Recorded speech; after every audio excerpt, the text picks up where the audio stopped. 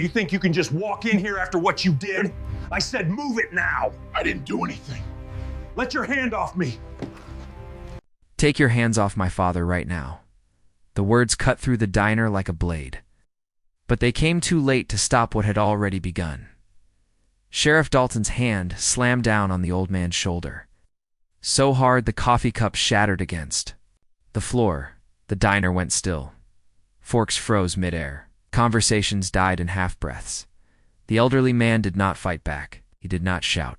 He did not even rise from his seat. He simply looked up. His name was Elijah Carter.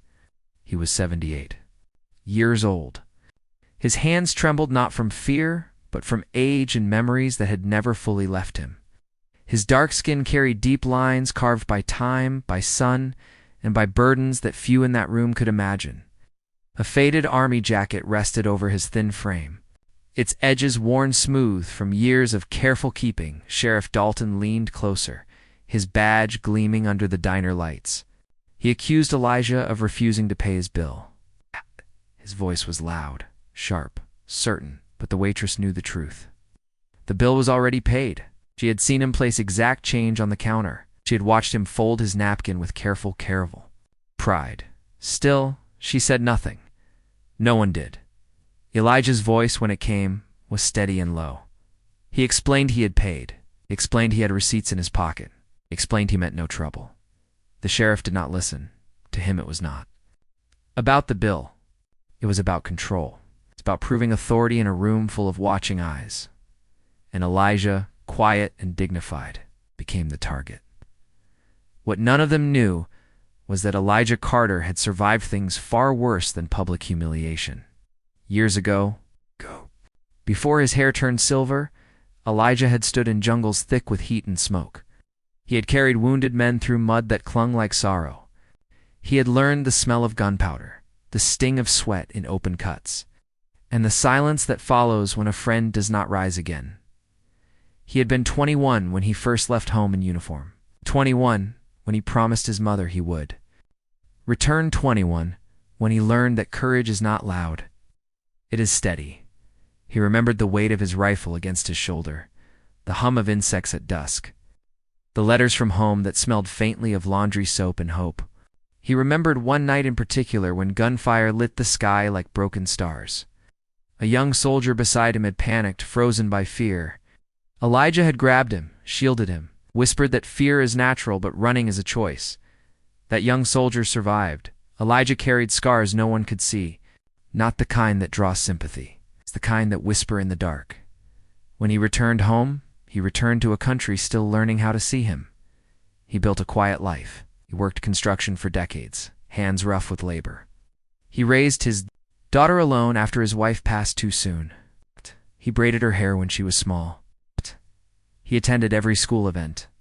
He taught her that strength does not need applause. His daughter, Maya Carter, had grown up watching her father stand tall in rooms where others doubted him. She had seen him respond to harsh words with calm eyes. She had learned that dignity can be stronger than force. Years later, Maya would choose her own uniform, but in that diner, none of that history mattered to Sheriff Dalton. He tightened his grip and ordered Elijah to stand. Elijah did. Slowly his knees protested. The room watched. As the sheriff pushed him back against the counter, plates rattled. Someone gasped, then covered their mouth. The injustice hung heavy in the air like smoke. Elijah did not resist. His thoughts were not on the sheriff. They were on his daughter. She was supposed to meet him for lunch. She had just returned from deployment overseas. He had not seen her in almost a year. He had chosen this small-town diner because she loved the peach pie they served on Sundays.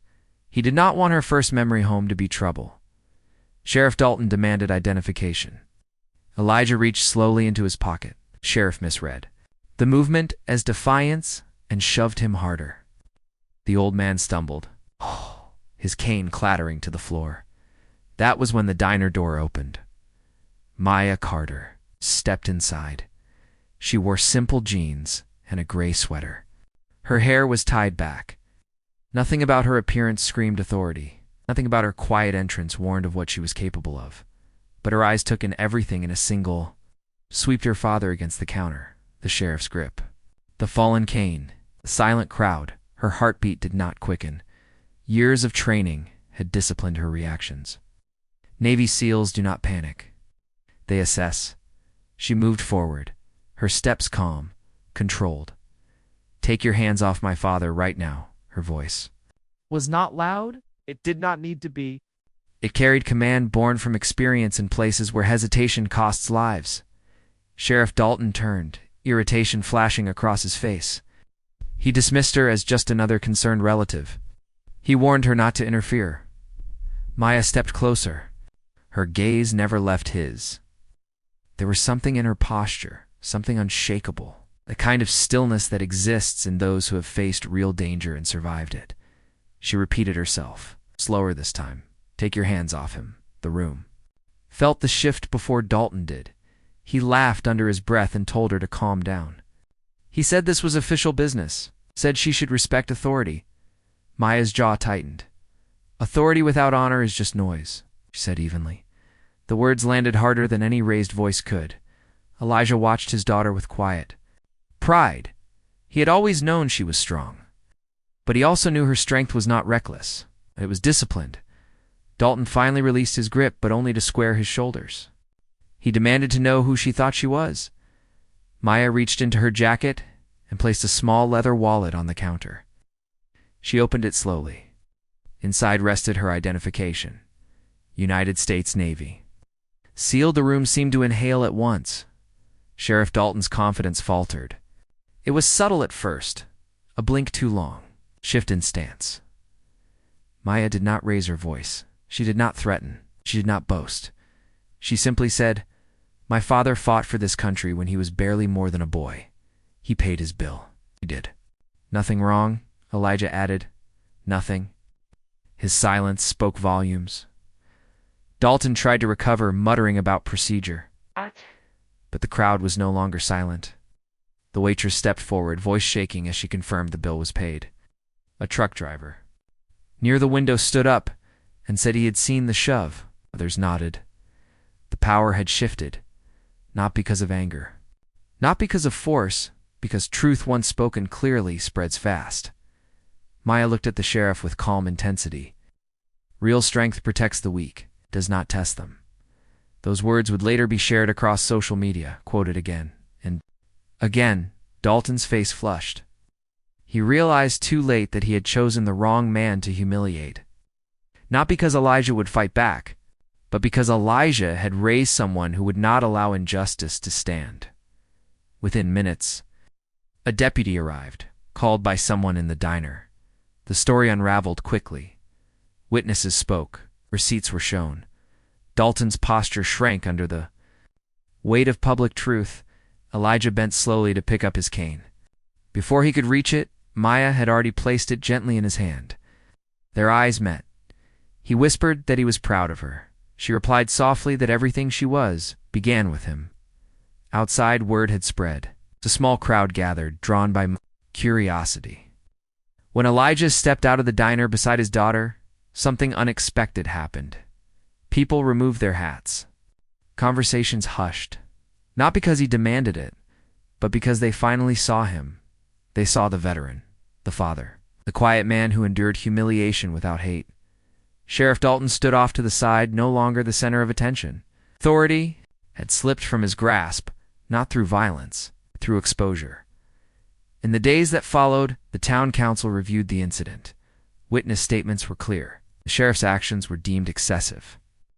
An official apology was issued to Elijah Carter.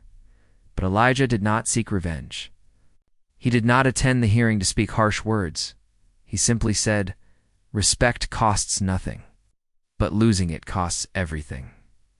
That line would echo far beyond the town. Maya returned to her base weeks later. Elijah resumed his quiet mornings at the diner, but now, when he walked in, people stood to greet him. The waitress refused to let him pay for pie. Children asked about his time in service. He answered gently, never glorifying war, only honoring the men who never came home. One afternoon, a young boy approached him and asked how he stayed calm when treated unfairly. Elijah smiled and said, "A storm does not prove its strength, by shouting at the wind. Proves it by standing firm. The boy nodded, not fully understanding yet. Someday he would. As for Sheriff Dalton, he learned a lesson no training manual could teach. Authority without empathy weakens itself. Power without restraint exposes itself. The diner incident faded from headlines, but not from memory, because sometimes the most powerful victories are the quiet ones. Sometimes the strongest people are those who do not need to prove it. And sometimes the greatest legacy a parent can leave is not wealth or fame, but characters strong enough to stand against injustice without losing compassion. Elijah. Carter never wanted to be a symbol. He just wanted peach pie with his daughter. But on that ordinary Sunday, in a small-town diner, silent dignity met loud authority, and dignity won.